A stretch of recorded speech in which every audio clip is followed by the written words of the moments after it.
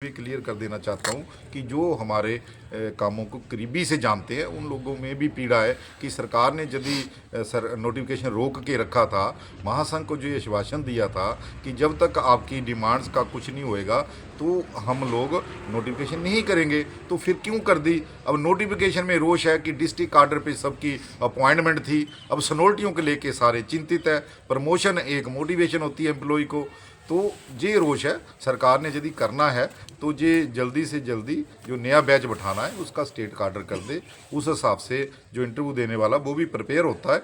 और हमारी मांग क्या है, हम कहते हैं कि हमारा जो प्रमोशनल कोटा हमें 60% मिलता है, पूरी ज़िंदगी हम काम सीखते रहते हैं, काम करते रहते हैं, तो हमें 60 से 80% किया जाए। मिनिस्ट्री स्टाफ को जो 20% दिया जाता है, तो मिनिस्ट्री स्टाफ से भी आपके माध्यम से निवेदन है, अपना सरकार को वो एक एजेंडा रखें, अपने फैक्ट फिगर रखें। और सरकार से भी ये निवेदन है कि हमें वार्ता के लिए दोनों पक्षों को बुला के बैठा लो। जब किसी जो जायज़ है नाजायज़ है मौके पे पता चल जाएगा। और हम सरकार से उलझना नहीं चाहते हैं, बच्चों के भविष्य को ख़राब नहीं करना चाहते हैं।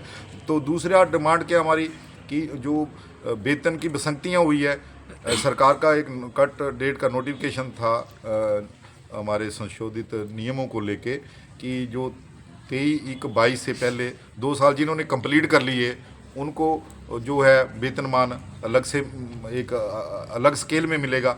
लेकिन जिन डीसी साहबान की वजह से वो 2 तारीख को कंप्लीट पूरा कर चुके थे, साइन हुए 3 तारीख को, 4 तारीख को, 5 तारीख को, उन बच्चों का क्या कसूर। 10-10, 12-12 हज़ार का उसमें फ़र्क आ गया।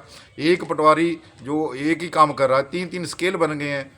और हमने ये थोड़ी सी बसंतियाँ रखी हैं और जे कोटा रखा है और स्टेट कार्डर का रखा है।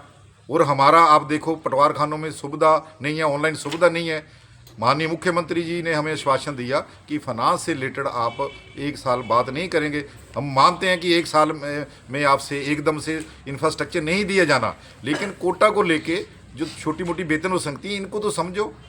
और ये जो आपने स्टेट कार्डर कर दिया इसमें परेशानियां क्या आने वाली है एम्प्लॉय को, एक बार उसको तो समझो। तो मैं आपके माध्यम से अगेन सभी जिन लोगों ने हमें समर्थन दिया, पंचायत प्रतिनिधियों ने, हमारे पास इतने रेजुलेशन आगे सरकार कहती है कि ये जनप्रतिनिधियों की डिमांड है, आप लोगों की डिमांड है, महासंघ की डिमांड है, महासंघ से वार्ता हुई। महासंघ ने कभी वार्ता नहीं की है इस पहलू में कि ये होना चाहिए।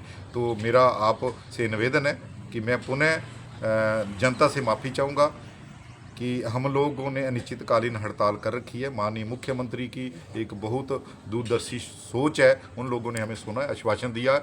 और मेरे को यकीन है कि माननीय मुख्यमंत्री जी ने भी मिल के जो राजस्व में ये संशोधन लेके आए हैं जनहित में है, हम लोगों ने उनका समर्थन किया।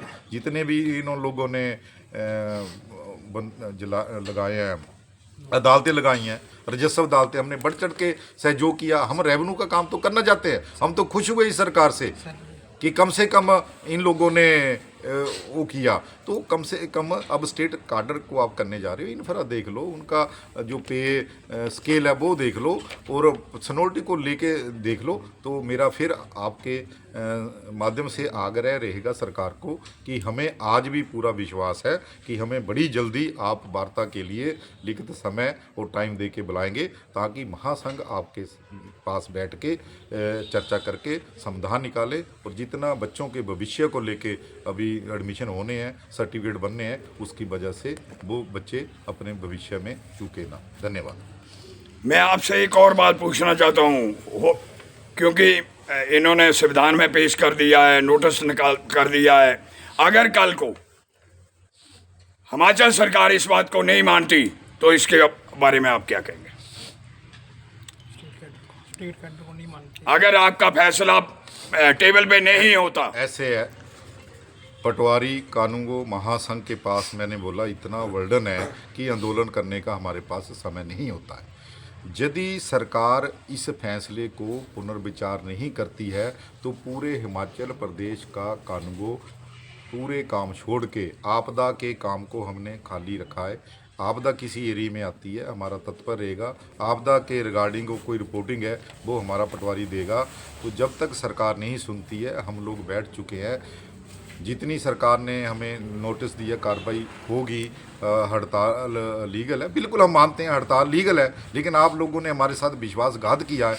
अब हाजिरी आपके पास पहुंच चुकी है। कल की पूरे हिमाचल प्रदेश के जितने भी हम लोग स्ट्राइक पे हैं, तो हम लोगों के साथ तथ्य से बात करो। हम लोग भी चुन के आते हैं, हम लोगों को भी जवाब देना होता है।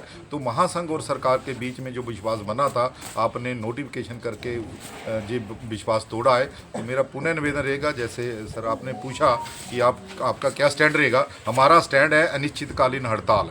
अब पूरे हिमाचल प्रदेश के पटवारी कानूनगो का ये है कि सरकार ने अपना काम करना है, हमने जो सोचा जे हमने अपना काम करना है, हम पीछे हटने वाले नहीं हैं। क्या आपने लिखित चीफ सेक्रेटरी को, रेवेन्यू मंत्री को, मुख्यमंत्री को जे जो अभी स्ट्राइक हुई है इसका लिखित आपने उनको भेज दिया है? बिल्कुल, जब हमने स्ट्राइक ड्रॉप की थी तो हमने जो 16 अगस्त 2024 की प्रोसीडिंग थी वो 20 अगस्त 2024 को सचिवालय में जाके उनको दी थी। और उस में ये भी लिखा था नोटिस में कि हमारी जो मांगे हैं जो 2 महीने में होनी पूरी करने की कोशिश करें, और यदि आपने स्टेट कार्डर की नोटिफिकेशन हमारी मांगों को पूरा किए बिना कर दी तो हम डे फर्स्ट से तुरंत प्रभाव से जो है अपना हड़ताल पे चले जाएंगे। उस टाइम का भी नोटिस है, और हमने 23 फरवरी को नोटिफिकेशन के बाद भी नोटिस किया, और हमने 26 तारीख को भी नोटिस किया कि हम 28 से अनिश्चितकालीन हड़ताल पे जाएंगे। धन्यवाद जी। चलो, मैं मीडिया का पत्रकार होने के नाते, पंजाब केसरी इलेक्ट्रॉनिक का पत्रकार, फेसबुक, यूट्यूब, इंस्टाग्राम का होने के नाते, और लंबरदार महासंघ का संगठन मंत्री होने के नाते भी मेरी अभी प्रधान जिला ऊना से बात हुई है श्री बृजपाल सिंह जी से।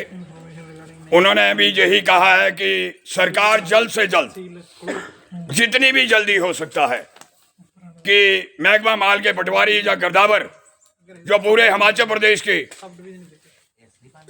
कलम छोड़ो हड़ताल पे चले गए हैं, उससे जनता को बड़ी परेशानी हो रही है, और लोगों के, बच्चों के स्कूलों के काम, नौकरी वालों के काम, वो भी बहुत मुश्किलें आ रही हैं।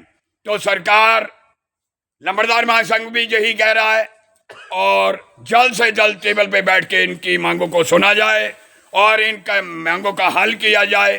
तो मेरा जो दायित्व बनता है पंजाब केसरी का पत्रकार होने के नाते कि मैं तथ्यों को सरकार के आगे रखूं, जो सरकारी प्रतिनिधि हैं या सरकारी मुलाजम हैं उनकी भी बात मैं चैनल पे रखूं, और जो लोगों की समस्या हैं उनको भी मैं चैनल के मध्य रखूं। इसी बात का मैं आज तहसील गनारी में ये जो इंटरव्यू लिया है, इसको मैं लाइव फेसबुक, यूट्यूब और इंस्टाग्राम के द्वारा भेजूंगा। तो मैं आपकी मांगों को समर्थन भी करता हूं, और सरकार से